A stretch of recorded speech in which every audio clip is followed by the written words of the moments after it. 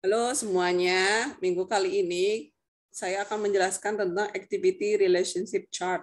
Jadi, ARC ini merupakan salah satu metode yang digunakan untuk mengenerate layout gitu. Untuk mengenerate layout, mengatur tata letak fasilitas khususnya di lantai produksi atau di pabrik ya. Sebenarnya ARC ini bisa digunakan oleh di bidang yang lain, misalnya kita mau mendesain rumah gitu ya, di mana kita akan menempatkan suatu area tertentu berdasarkan karakteristik dari si area tersebut ya. Nah, ARC ini merupakan pendekatan kualitatif. Pendekatan kualitatif itu berdasarkan taste, berdasarkan dari estimasi, di mana si estimatornya merupakan seorang expert yang mungkin memiliki pengalaman yang cukup sehingga pendapatnya bisa kita simpulkan kuat ya untuk menentukan layout. Nah, lawan katanya kualitatif adalah kuantitatif, di mana kuantitatif itu sudah kita pelajari ya.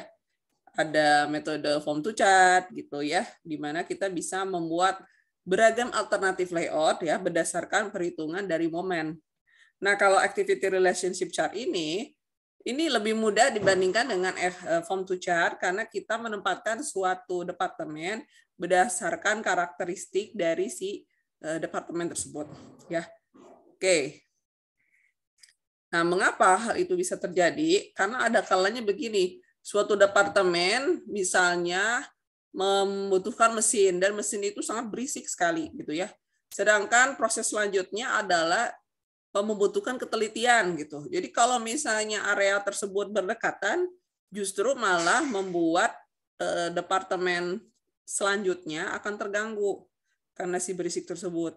Bisa berisik atau bisa jadi memiliki impact, misalnya ada efek bau ya, ada temperaturnya panas dan lain sebagainya. Itu bisa jadi menjadi pertimbangan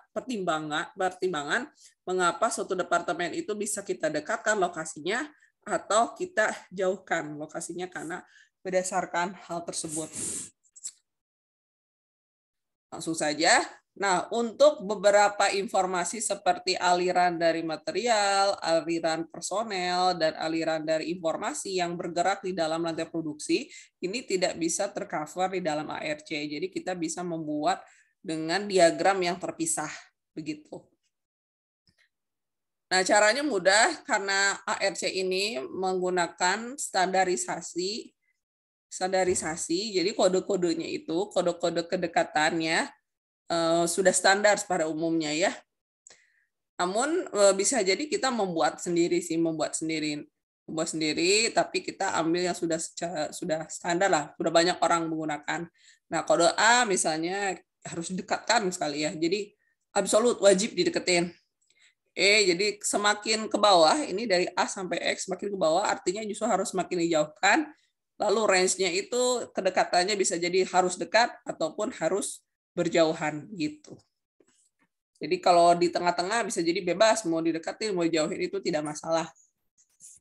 Gitu. Lalu persentasenya kalau kode A itu 5%, E itu 10%, I itu 15%, O itu 25%. Itu contohnya. Jadi maksudnya untuk area yang kode A itu kalau bisa cuma 5% di antara keseluruhan departemen yang ada. Yang kodenya E itu 10%, yang I itu 15%, yang O itu 25%. Itu contohnya. Nah, caranya yang pertama adalah ya kita kumpulkan informasi departemen dalam bentuk tabel. Ya, dari departemen receiving sampai departemen storage kita identifikasi plus ya ada supporting activity. Contohnya ada toilet, kafetaria, ruangan meeting. Itu harus kita identifikasi juga teman-teman ya. Selain primary activity ya kita juga harus masukkan supporting activity. Selanjutnya kita mulai membuat semacam coding ya, membuat kode ya dari A, E, I, O, U, X. Jadi mana yang kodenya A, E, I, O, U, X gitu ya. Lalu selain standar ya kode yang standar, kita juga bisa memberikan reason gitu. Kenapa harus berdekatan misalnya? Karena aliran materialnya memang seperti itu gitu, yang memang harus berdekatan. Justru kalau misalnya berjauhan, nanti bisa menyebabkan backtracking gitu, atau misalnya malah jadi membuat informasinya jadi nggak bagus gitu, bisa jadi nanti materialnya ketukar dan sebagainya. Atau misalnya memiliki mesin yang kesamaannya itu sangat tinggi gitu, jadi proses groupingnya itu mulai dari mesin tersebut gitu ya. Karena ada kalanya layout itu dibuat ya berdasarkan kesamaan dari mesin ya, kesamaan mesinnya, kesamaan materialnya, bentuknya atau operatornya gitu ya dan lain sebagainya. Nah, untuk reason di sini ini bisa di-generate berdasarkan berdasarkan konsensus dari facility planner yang ada di lantai produksi ya, atau beberapa jurnal juga sudah banyak sih yang membuat semacam reasoning mengapa suatu area itu bisa didekatkan, harus dijauhkan dan lain sebagainya. Nah, ini adalah jumlah ya, jumlah relationship. Jadi misalnya kita punya departemen dan beberapa area lainnya. Nah, kira-kira berapakah hubungan yang akan tercipta dari sejumlah departemen yang kita miliki? Nah, rumusnya adalah N sama dengan N-1 dibagi 2. Misalnya nih, nah pertama yang kita lakukan adalah melist down dari departemen dan supporting area yang ada di pabrik kita. Misalnya ada departemen fabrication, ada welding, paint, assembly, departemen receiving, store, warehousing, shipping, maintenance, dan lain sebagainya. Include cafeteria di sini kita masukin sama office ya, begitu. Lalu kita buat semacam garis ya di sini. Bentar. Nah, jadi pertama buat ini dulu ya. Kamu buat tabelnya di sini. Setelah itu kamu buat ya pakai penggaris ya. Seperti ini segitiga. Itu lalu masing-masing departemen dibuat garis seperti ini menggunakan penggaris. Silakan buat lebih rapi lagi dari saya ya, saya karena menggunakan tangan. Oke. Dibuat garis seterusnya sampai habis ya. Nah, ini juga sama. Gitu dan seterusnya. Jadi dibuat garis ya. Setelah dibuat garis, kita lihat nih, misalnya departemen fabrication sama welding. Nah, kita tarik garis di sini dengan warna yang berbeda ya contohnya ya. Nah, misalnya ini areanya ya, ini areanya welding sama fabrications. A gitu. A itu artinya harus berdekatan gitu. Jadi kita bisa melakukan semacam diskusi nih sama tim ya. Departemen fabrication sama welding tuh kira-kira seperti apa hubungannya? Nah, misalnya kata si ekspor harus dideketin, wajib. Kalau misalnya tidak berdekatan, justru akan berabe gitu ya. Justru ongkos malah makin mahal, operatornya bisa jadi tidak bisa menghandle, materialnya juga bisa jadi berceceran karena mungkin karakteristiknya yang khas ya. Seperti itu. Nah, kamu tinggal tarik garis di sini, seret ya. Dibuat. Nah, ini titik temunya di mana? Kamu kasih A, tulis A ya, di sini kodenya A. A itu adalah absolute ya, absolute necessary artinya suatu departemen itu wajib berdekatan. Oke, lanjut. Misalnya welding dengan paint ya, welding dengan paint berarti yang ini. Ya kan, welding sama paint itu A juga. Ya, gitu dan sebagainya kita identifikasi. Seperti itu. Jadi kalau pengen tahu hubungan dari suatu dua departemen, caranya adalah dengan mencari titik temunya dari masing-masing garis. Misalnya fabrication sama office. Nah, di sini ketemunya di I, berarti I itu adalah important. Mau dideketin boleh, mau enggak juga, tapi jangan terlalu jauh gitu. Jadi mungkin lokasinya enggak terlalu jauh, tapi enggak deket banget harus dempet bersebelahan itu enggak. Tuh.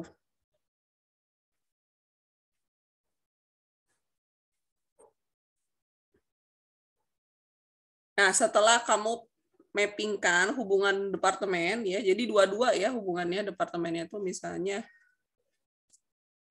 kafeteria sama office, office sama toolroom gitu dibuat hubungannya. Makanya jumlah possibility yang tercipta adalah dengan menggunakan rumus yang ada di slide sebelumnya ya. Nah, ini.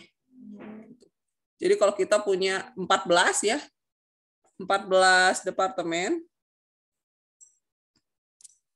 Kita punya 14 departemen, berarti sama dengan 14 ya, 14 minus 1 dibagi 2 ya.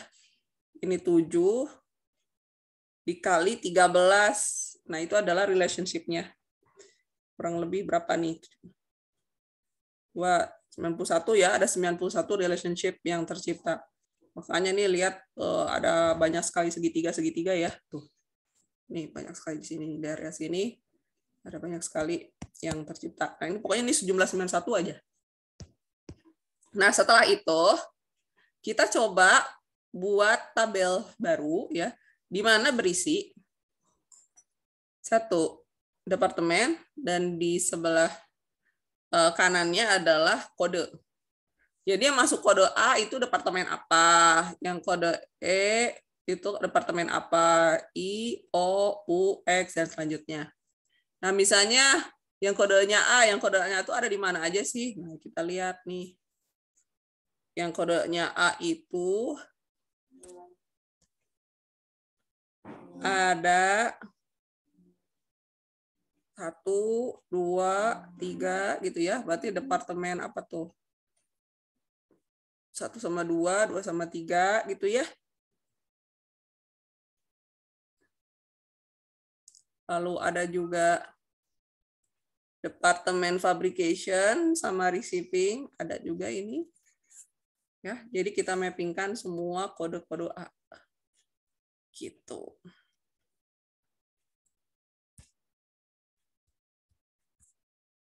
Dimappingkan ke sini. Seperti itu. Yang kodenya E itu apa? Yang kodenya I apa? O, U, dan X. Nah, kebetulan di sini yang X itu tidak ada ya.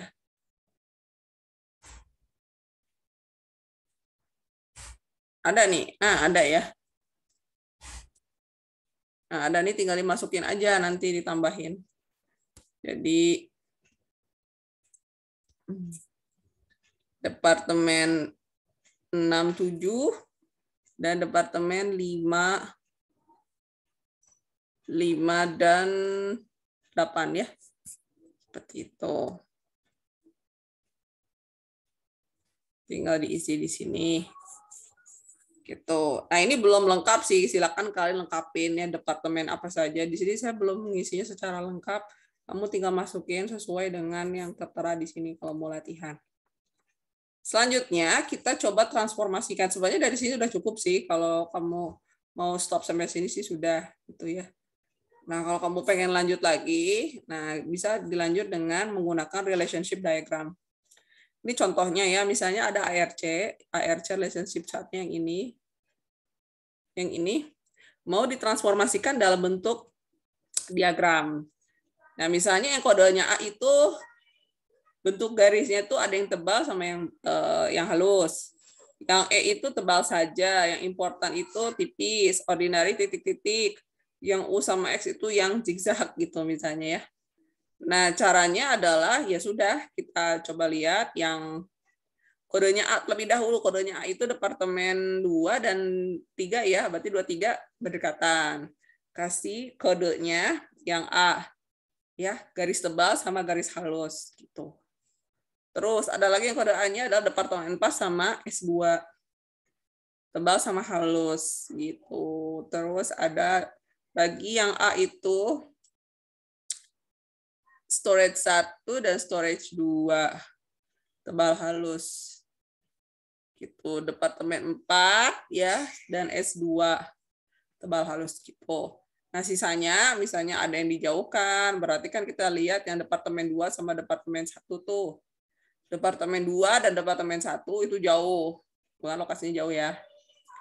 Terus departemen 2 dengan S1. 2 dan 1 ini berjauhan. Jadi harus lokasinya berjauhan. Gitu. Ini dan kamu bisa mengganti posisinya sih gitu. Misalnya posisinya diganti-ganti itu seperti ya, misalnya iterasi yang pertama seperti ini.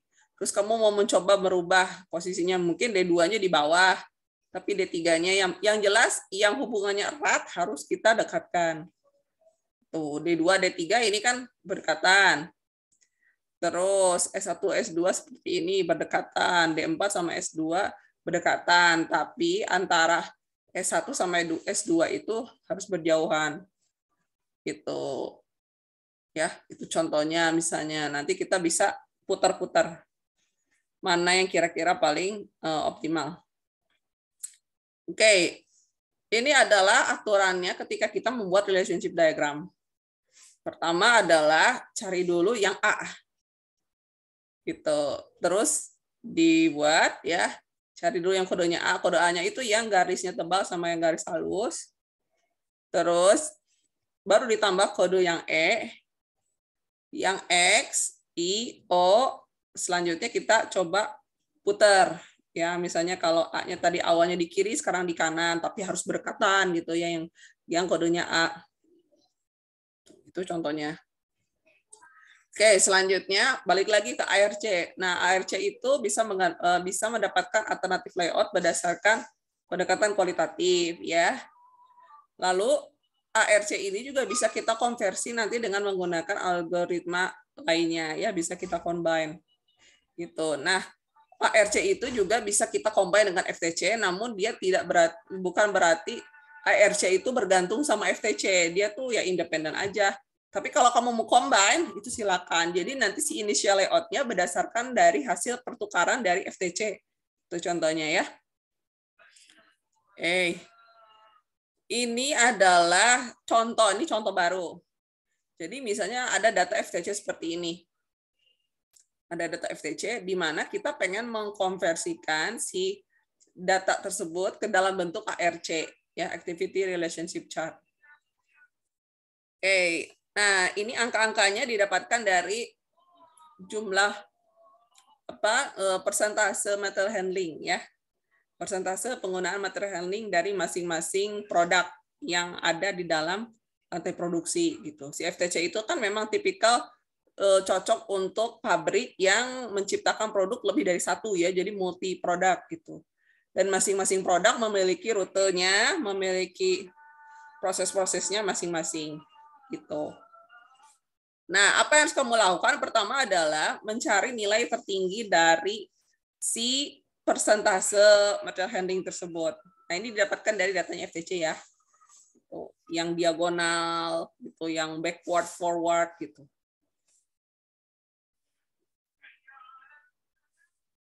Oke, nah misalnya ini areanya area forward ya. Kita anggap ini area forward. Kalau misalnya ini area backward, ini kacau ya. Jadi dianggap ini adalah areanya dari area forward. Jadi sebenarnya area forward, cuman ini ya bentuknya begini gitu. Bentuknya seperti ini kondisinya. Kalau misalnya realitanya di sini area backward gitu. Wah, ini bahaya. Justru kalau misalnya areanya backward semua di sini, ini kita harus merearrange ulang. Gitu ya. Ini anggap ini adalah area forward. Jadi sudah oke. Nah, dari data-data FTC bisa kita combine, bisa kita translate, bisa kita convert menjadi ARC. Caranya adalah cari nilai tertingginya. Nilai tertingginya itu ada di posisi 90 ya. 90. Itu. Lalu kodenya ARC itu kan ada 5 ya. A, E, O, U, I, X, ya kan? Yang absolute, unimportant gitu. Nah, jadi 90 dibagi 5. Nah, 5 itu udah given ya. Given dari sejumlah kode yang akan dipakai untuk membuat ARC. Dapatlah 18. Nah, kita akan memappingkan ya angka-angka di sini sesuai range dari yang kita dapatkan berdasarkan pembagian dari kode tersebut. Jadi 90 bagi 15, 18. Jadi untuk area leveling misalnya 73 sampai 90 ya, range-nya 18 kan. Itu masuknya kode A gitu. Ya. Dia masuknya kode A. Nah, start dari 55 sampai 72 dia masuknya kode E.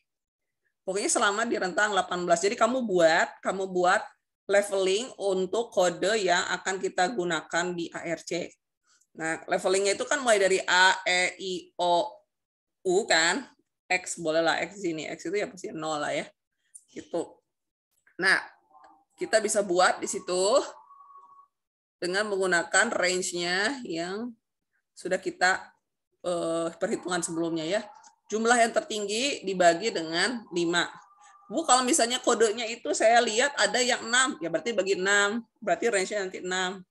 Ya, jadi tergantung sama kebijakan perusahaan, tergantung dengan acuan standarnya kita mau pakai apa. Jadi dibebaskan. Oke, berarti range antara 73 sama 90 ya, balik lagi nih ke sini nih. Ya, 73 sama 90. Ini 90 ini.